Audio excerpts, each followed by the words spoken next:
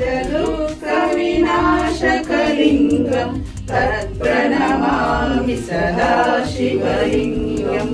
देवमुनिप्रवराचितलिङ्गं कामदहनकरुणाकरलिङ्गं रावणदर्पविनाशकलिङ्गं तत्प्रणमामि सदा शिवलिङ्गम्